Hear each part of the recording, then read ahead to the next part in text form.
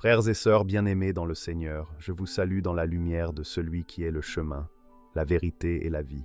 Je m'appelle Jean-Baptiste, j'ai 54 ans. Je suis prêtre catholique depuis plus de 20 ans. Mais avant même de porter la soutane, j'étais un fils, un frère, un homme ordinaire avec ses blessures, ses luttes et ses doutes. J'ai grandi dans une famille simple, enracinée dans la foi. Mais comme beaucoup, j'ai connu des périodes de désert spirituel. Il y a eu des moments où j'allais à l'église sans conviction, par habitude, sans que mon cœur ne soit véritablement tourné vers Dieu. Si je prends aujourd'hui la parole, c'est parce que ma vie a basculé un jour où je me suis retrouvé face à la mort. Ce que j'ai vu, ce que j'ai entendu, ce que Jésus m'a dit dans cette expérience bouleversante, a changé ma vie pour toujours. Et le message que je dois vous transmettre, c'est ceci. Arrête d'aller à l'église, si ton cœur n'y est pas. Asseyez-vous confortablement. Ouvrez votre esprit et votre cœur, car ce témoignage n'est pas seulement le mien, c'est un rendez-vous divin pour vous qui regardez cette vidéo. Avant de commencer, j'aimerais que vous écriviez en commentaire une phrase de foi. Seigneur Jésus, ouvre mes yeux et mon cœur à ta vérité. Abonnez-vous à cette chaîne, partagez cette vidéo à une personne qui traverse un moment difficile et dites-nous en commentaire de quel pays ou de quelle ville vous nous regardez. Maintenant, laissez-moi vous emmener pas à pas dans ce voyage bouleversant où la mort est devenue une porte vers la vérité.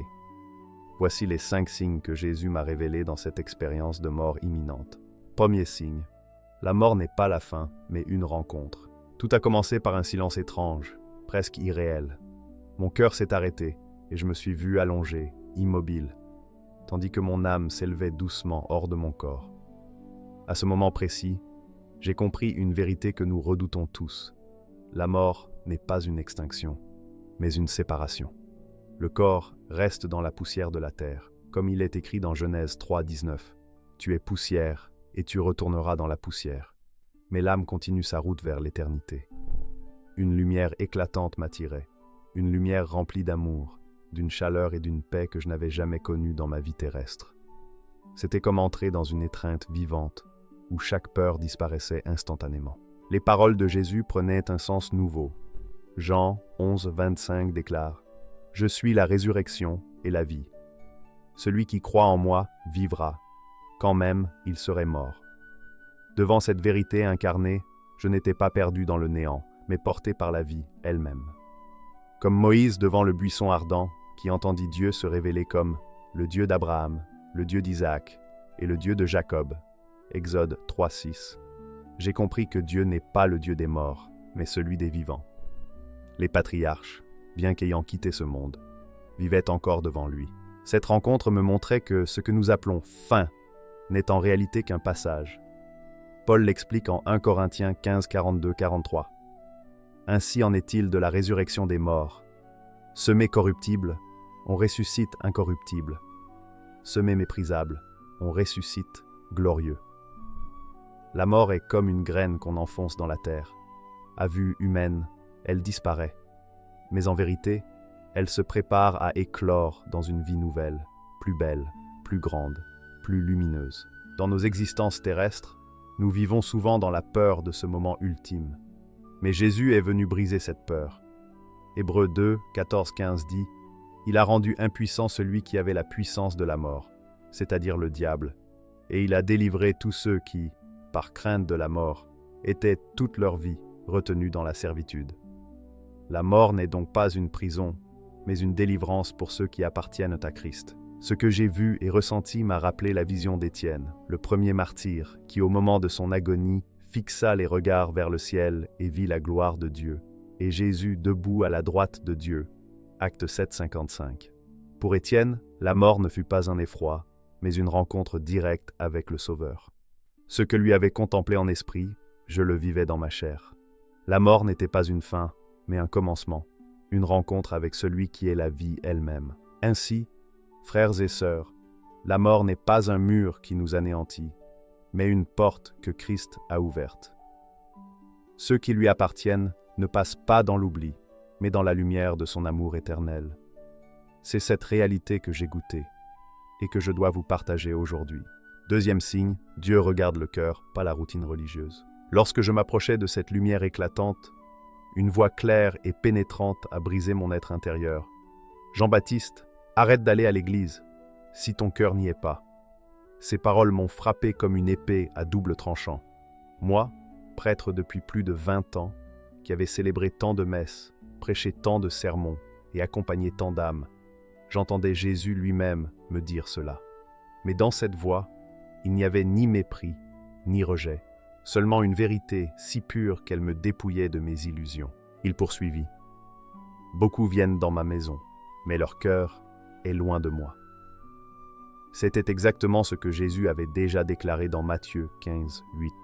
« Ce peuple m'honore des lèvres, mais son cœur est éloigné de moi. » Je compris que ce reproche n'était pas seulement pour les foules de l'époque, mais pour nous aujourd'hui, qui remplissons des églises, des temples ou des assemblées, tout en gardant nos cœurs verrouillés.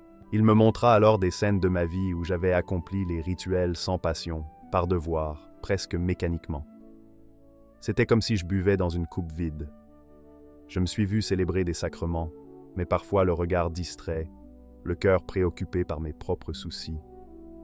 Et soudain, j'ai ressenti une immense douleur, celle de réaliser que Dieu n'était pas touché par mes gestes, mais par la sincérité de mon cœur. Dieu ne se laisse pas impressionner par nos traditions quand elles sont dénuées d'amour. Le prophète Ésaïe avait déjà dénoncé cela. Ésaïe 1, 13, 14 dit « Cessez d'apporter de vaines offrandes, j'ai en horreur vos encens, vos nouvelles lunes et vos sabbats. Je ne puis voir l'iniquité s'associer aux solennités. » Il est clair que Dieu ne supporte pas une religiosité vide, où les lèvres chantent, mais où l'âme dort. Cette révélation me fit comprendre qu'aller à l'église n'est pas une garantie de salut.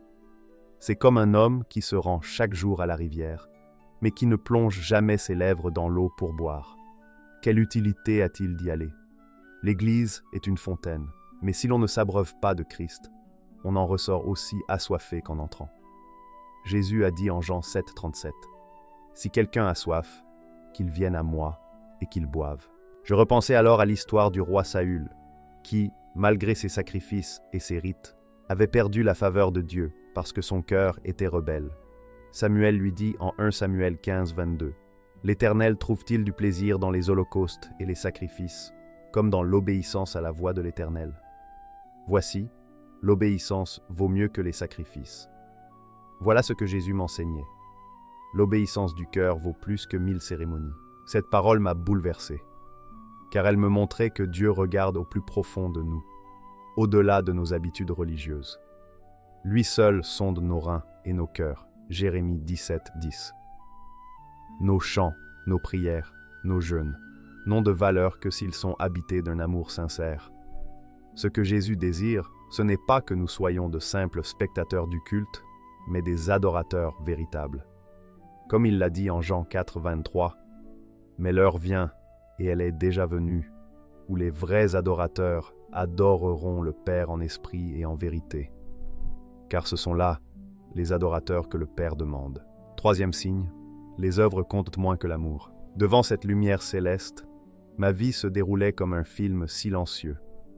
Je revis mes sermons soigneusement préparés, mes offices solennels, mes prières récitées avec discipline. Pourtant, ce qui brillait aux yeux de Jésus n'était pas la grandeur de mes homélies, ni la beauté de mes chants liturgiques, mais des instants minuscules aux yeux du monde, mais immenses dans le ciel. Je vis ce jour d'hiver où, voyant un sans-abri grelotter, je lui avais donné mon manteau sans réfléchir. Je revis le moment où, dans une église presque vide, j'avais simplement posé ma main sur l'épaule d'une veuve inconsolable, et j'étais resté en silence auprès d'elle. Ces gestes, que j'avais presque oubliés, resplendissèrent devant Jésus comme des flammes vivantes. Alors, j'ai compris la vérité que Paul proclame dans 1 Corinthiens 13, 2. « Quand j'aurai le don de prophétie, la science de tous les mystères et toute la connaissance, quand j'aurai même toute la foi jusqu'à transporter des montagnes, si je n'ai pas l'amour, je ne suis rien. » Aux yeux de Dieu, l'amour n'est pas un supplément. Il est l'essence de toute vie spirituelle. Jésus me montra que nous pouvons remplir des églises de nos voix, bâtir des cathédrales de pierre, accomplir des centaines de rites, Mais si tout cela n'est pas animé par l'amour, ce n'est que poussière. C'est ce qu'il reprochait aux pharisiens, leur zèle sans compassion. Matthieu 23 dit « Malheur à vous, scribes et pharisiens hypocrites, parce que vous payez la dîme de la menthe, de l'âneth et du cumin, et que vous laissez ce qui est plus important dans la loi, la justice, la miséricorde et la fidélité. Je réalisais que l'amour est la seule monnaie qui accourt dans le ciel. Pierre lui-même, après avoir renié son maître, n'a pas été jugé par ses œuvres passées, mais par une seule question répétée 3 fois. M'aimes-tu? Jean 21:17. L'amour devient alors la clé qui ouvre la porte de l'intimité avec Dieu. Dans ma vision, mes grandes œuvres humaines paraissaient fades, tandis que chaque sourire offert, chaque acte de miséricorde, chaque pardon donné brillait comme une étoile. C'était comme si Dieu écrivait l'histoire de ma vie, non pas à l'encre de mes exploits religieux, mais au feu de mon amour. Et j'ai compris, avec tremblement et émerveillement, que le ciel ne se mesure pas à ce que nous faisons pour être vus, mais à ce que nous donnons dans le secret, avec un cœur sincère. 4e signe. La vérité de notre vie est mise à nu. Devant Jésus, rien ne pouvait rester caché. Ce que j'avais soigneusement construit comme une façade respectable, mes titres, mes habits sacerdotaux, mes années de ministère, tombaient soudain comme des feuilles mortes, balayées par un vent puissant. Je n'étais plus le prêtre aux yeux des hommes, mais un homme nu devant le regard brûlant de Dieu. Cette scène me rappela les paroles du prophète Daniel adressées au roi Belshazzar. Daniel 5:27 dit « Tu as été pesé dans la balance, et tu as été trouvé léger. » Ce verset résonnait comme une sentence dans mon âme. Ma vie, mes choix, mes ambitions étaient pesées non pas par des critères humains, mais par la justice divine. Jésus me fit voir que tout ce qui impressionne les hommes, la reconnaissance, les honneurs, la réputation, ne pèse rien devant lui. Ce qui reste, c'est la vérité nue de notre cœur. L'avons-nous vraiment aimé? Avons-nous marché dans sa volonté ou dans nos propres ambitions? Je fus saisi d'une peur sacrée en réalisant que bien des fois, mes actes, pourtant religieux, étaient contaminés par l'orgueil ou la recherche d'approbation. Comme le dit Hébreux 4:13, « Nulle créature n'est cachée devant lui, mais tout est nu et à découvert aux yeux de celui à qui nous devons rendre compte. » Alors, je vis mes masques, les sourires forcés, les prières publiques, les sermons enflammés parfois plus destinés à être admirés qu'à glorifier Dieu. Combien de fois avais-je joué un rôle devant les hommes, oubliant que Dieu sonde les reins et les cœurs. Jérémie 17:10. Devant Jésus, ces masques se brisaient comme du verre fragile. Il n'y avait plus de rôle à tenir, seulement ma vérité, la plus profonde, exposée à sa lumière. Cette lumière divine pénétrait en moi comme une torche allumée dans une maison obscure. Chaque recoin de mon âme était mis à nu. Chaque poussière spirituelle apparaissait clairement. C'était comme si je découvrais pour la première fois qui j'étais réellement. Et cette découverte fit trembler tout mon être. Je compris alors la gravité des paroles de Jésus en Matthieu 7:21.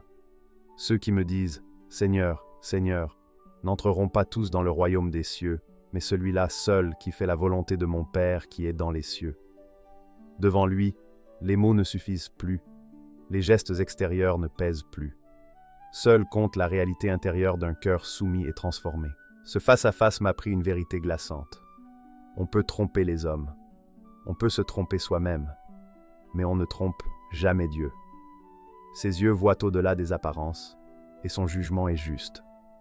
Cette révélation fit naître en moi un respect profond, un saint tremblement, car je savais désormais que tout ce que je croyais bien serait purifié par le feu de sa vérité. 5e signe, le véritable appel, être l'Église, pas seulement y aller.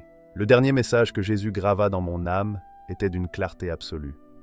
Ne va pas seulement à l'Église, sois l'Église. Ces mots bouleversaient tout mon système de pensée. Pendant des années, j'avais considéré l'Église comme un lieu, un bâtiment sacré où nous nous rassemblons chaque dimanche. Mais Jésus m'enseignait une vérité plus profonde. L'Église n'est pas faite de pierres froides et de murs. Elle est constituée de vies transformées. 1 Pierre 2:5 le dit ainsi. « Et vous-même, comme des pierres vivantes, édifiez-vous pour former une maison spirituelle, un saint sacerdoce, afin d'offrir des victimes spirituelles agréables à Dieu par Jésus-Christ. Être l'Église, c'est vivre chaque jour comme un reflet du Christ, non seulement dans la liturgie, mais dans les gestes les plus simples. L'image qui m'a été donnée était celle d'une lampe. Une lampe ne sert pas à briller enfermée dans un temple vide. Elle est faite pour éclairer la maison, la rue, le monde. Jésus lui-même dit en Matthieu 5, 14, 16, « Vous êtes la lumière du monde. » Une ville située sur une montagne ne peut être cachée, et on n'allume pas une lampe pour la mettre sous un boisseau, mais on la met sur le chandelier, et elle éclaire tous ceux qui sont dans la maison. Que votre lumière luise ainsi devant les hommes, afin qu'ils voient vos bonnes œuvres, et qu'ils glorifient votre Père qui est dans les cieux. Cette vision me fit comprendre que le vrai culte ne se limite pas au dimanche matin, mais qu'il se poursuit le lundi au travail, le mardi dans la famille, le mercredi dans la rue. Paul nous exhorte en Romains 12, 1. « Je vous exhorte donc, frères, par les compassions de Dieu, à offrir vos corps comme un sacrifice vivant, saint, agréable à Dieu, ce qui sera de votre part un culte raisonnable. » Être l'Église signifie donc être un sacrifice vivant, une présence qui manifeste Christ partout. Je vis alors des images de chrétiens dans leur quotidien. Une mère qui prie pour son enfant malade, un étudiant qui refuse de tricher malgré la pression, un employé qui choisit l'honnêteté face à la corruption. Ces actes simples, mais imprégnés de foi, étaient les véritables pierres qui bâtissent l'Église de Christ. C'est cette Église vivante qui fait trembler l'enfer, non pas des murs de pierre, mais des vies soumises à Jésus. Être l'Église, c'est devenir le temple où l'Esprit habite. Paul l'exprime clairement en 1 Corinthiens 3, 16. « Ne savez-vous pas que vous êtes le temple de Dieu et que l'Esprit de Dieu habite en vous? Ainsi, chaque croyant devient un sanctuaire en marche, portant la présence de Dieu dans les lieux les plus ordinaires. Là où un chrétien vit dans l'amour, dans la vérité et dans la lumière, là se trouve l'Église. Et alors j'ai compris, fréquenter l'Église est une bénédiction, mais cela ne suffit pas si nous ne devenons pas nous-mêmes l'incarnation de l'Évangile. Car Jésus ne cherche pas seulement des spectateurs dans un bâtiment, il cherche des disciples qui reflètent sa gloire dans le monde. Voici le plus surprenant. Jésus m'a montré que beaucoup de chrétiens croient être sauvés parce qu'ils fréquentent fidèlement l'Église. Mais en réalité, leur cœur est loin de lui. Il m'a dit, « Le jour viendra où beaucoup diront, « Seigneur, Seigneur, n'avons-nous pas prophétisé en ton nom ?» Et je leur dirai, « Je ne vous ai jamais connu. » Matthieu 7, 22, 23. La véritable erreur n'est pas de manquer une messe ou un culte, mais de vivre une vie chrétienne sans intimité avec Jésus. C'est comme un mariage. Si un mari rentre chaque soir à la maison mais n'adresse jamais un mot d'amour à sa femme, est-il vraiment fidèle? Frères et sœurs, ce témoignage n'est pas pour condamner, mais pour réveiller. Jésus vous appelle à une foi vivante, à une relation réelle avec lui. Prions ensemble. Seigneur Jésus, nous venons devant toi avec des cœurs ouverts. Pardonne nos routines sans vie, pardonne nos lèvres qui t'honorent sans amour. Mets en nous un feu nouveau, une soif de ta présence. Aide-nous à être ton Église vivante, pas seulement des visiteurs d'un bâtiment. Que ton esprit nous guide dans la vérité et dans l'amour. Au nom de Jésus-Christ, nous prions. Amen. Si ce message vous a touché, écrivez en commentaire « Seigneur, fais de moi ton Église vivante ». Abonnez-vous. Partagez cette vidéo à quelqu'un qui a besoin d'être réveillé. Et rappelez-vous, Jésus ne veut pas seulement que vous alliez à l'Église, il veut que vous soyez son Église.